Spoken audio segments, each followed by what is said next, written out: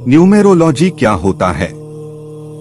कुछ भी हासिल करने से पहले कुछ सोचना पड़ता है और तब इसके बाद उस पर मनन करने की अनिवार्यता होती है और तब फिर सही एवं गलत विचारों में अंतर लाना पड़ता है और अंत में जाकर चीजें आपके सोचे हुए तरीकों से बननी शुरू जाती है और सृष्टि का समर्थन भी मिलना शुरू हो जाता है।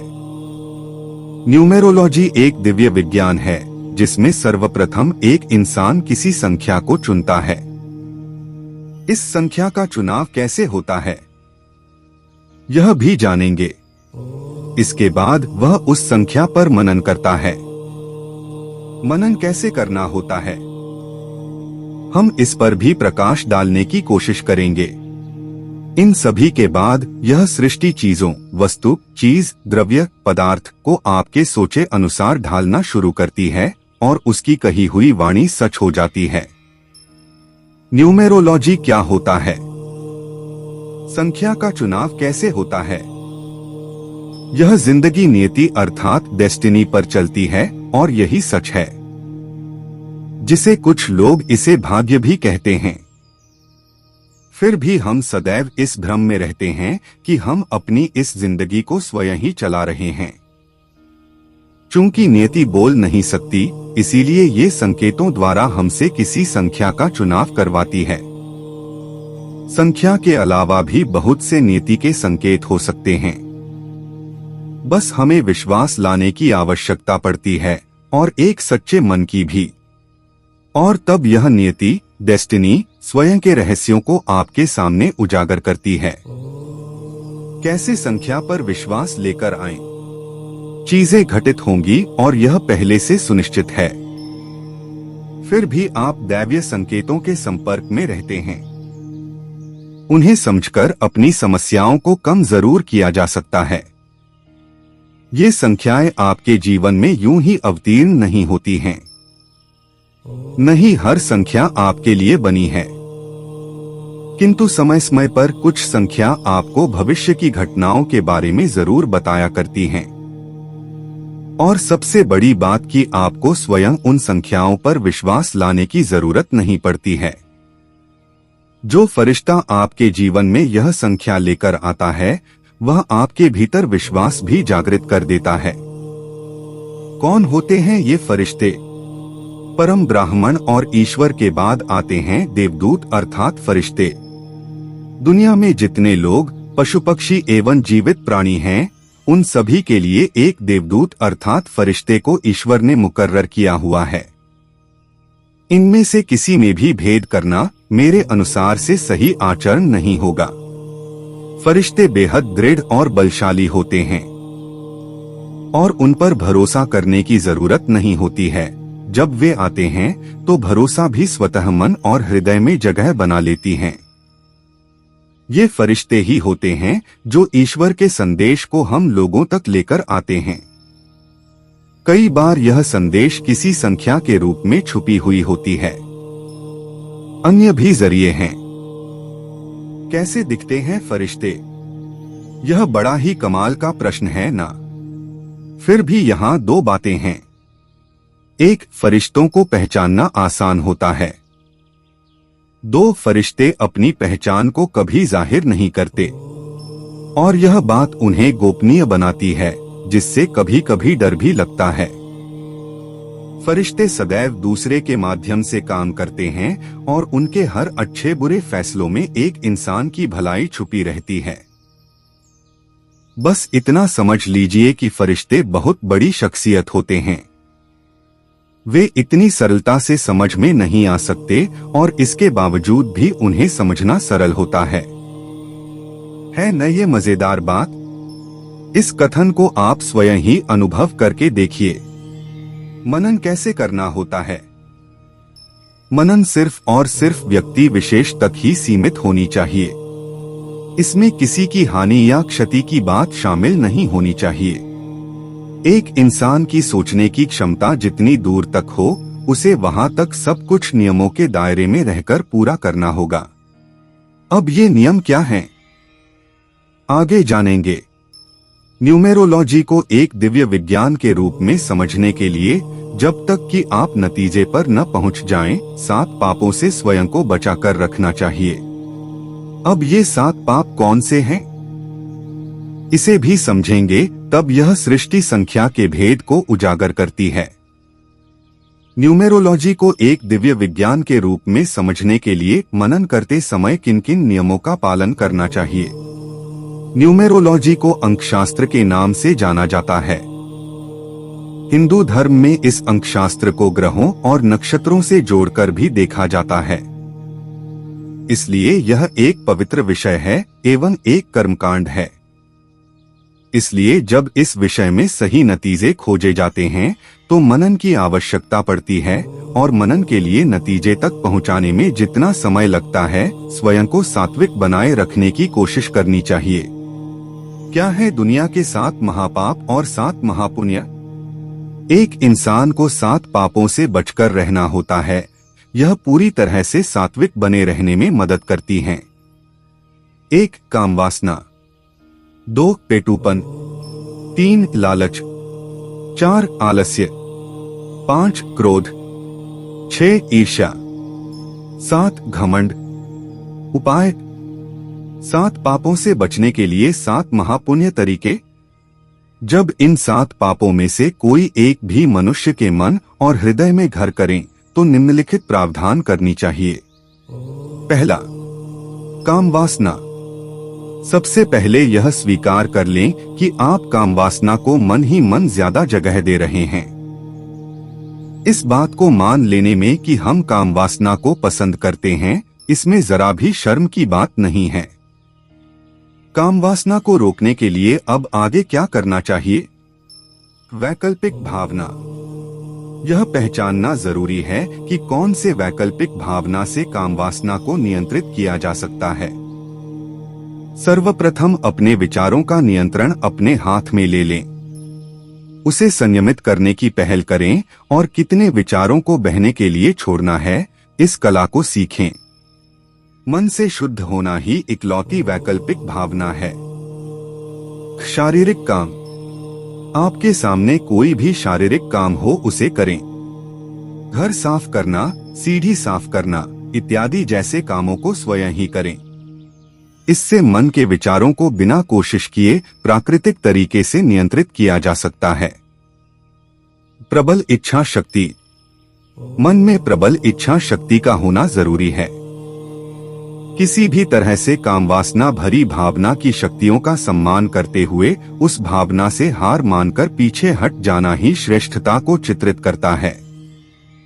आप इस अंतर्गति को दूर करने के लिए इससे जितना उलझने की कोशिश करेंगे, कामवासना कई गुना तीव्रता से अपने कई खूबियों से आपको उलझाने में सक्षम है।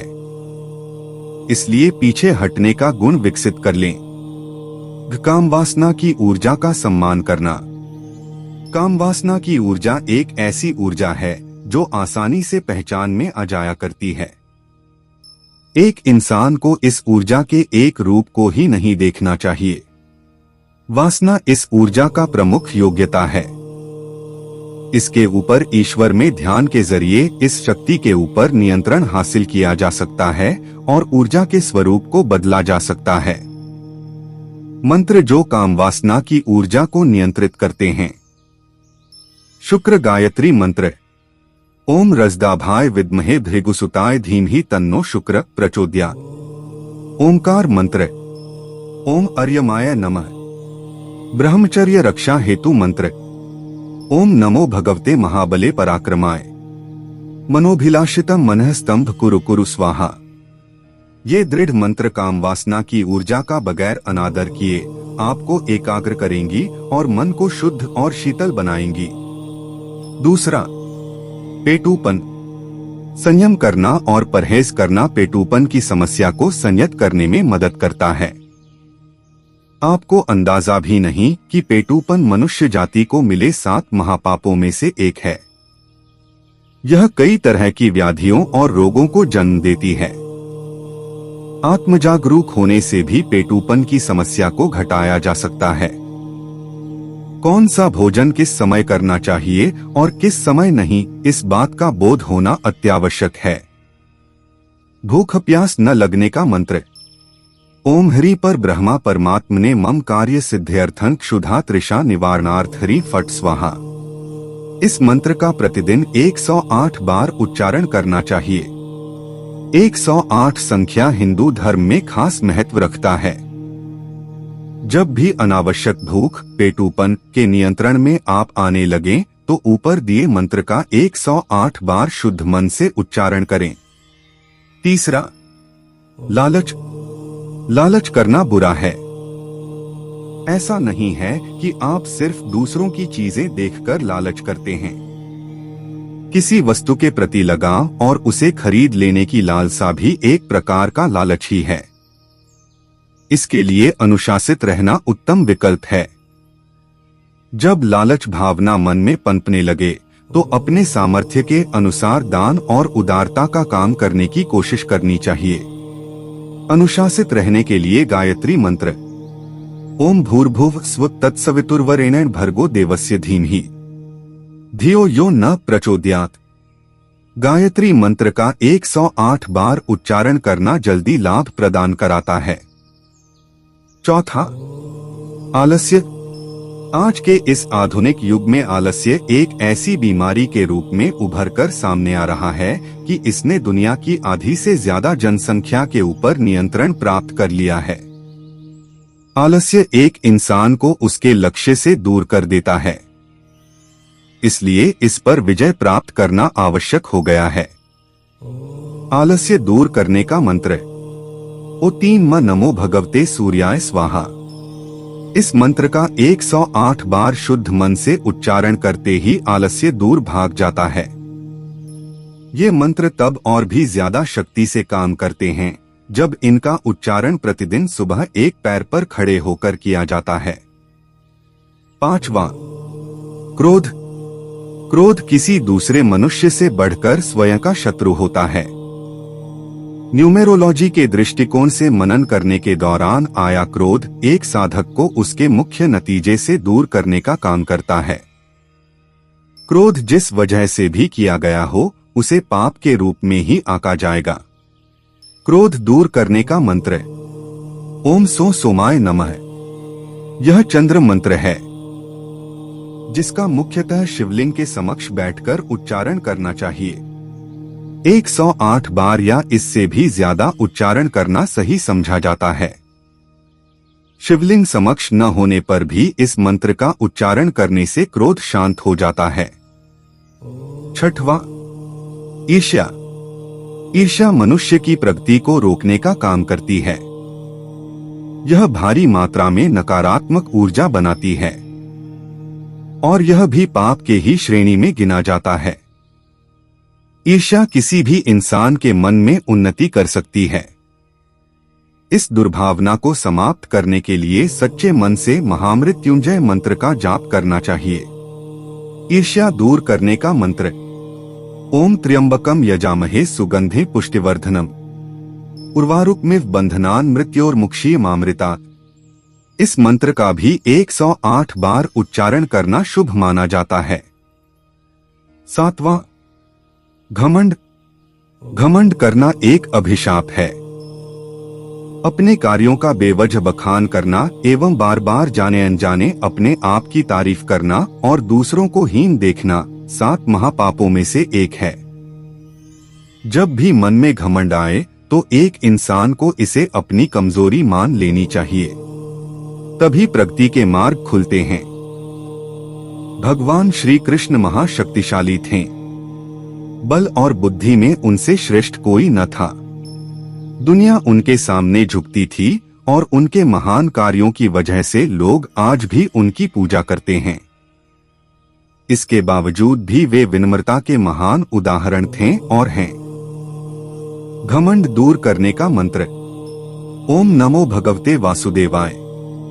यह कृष्ण मंत्र है, जिसका उच्चारण भौतिक दुनिया से परे अध्यात्म की दुनिया का है। इस मंत्र का 108 बार हृदय से उच्चारण करने से मन पवित्र हो जाता है और घमंड भी अपने मूल स्वरूप में आ जाता है। जिससे एक इंसान में घमंड का मूल्यांकन करने की क्षमता विकसित हो जाती है और घमंड बेहद छोटा महसूस होने लगता है। ऊपर 7 पापों के बारे में विस्तार से बताया गया है।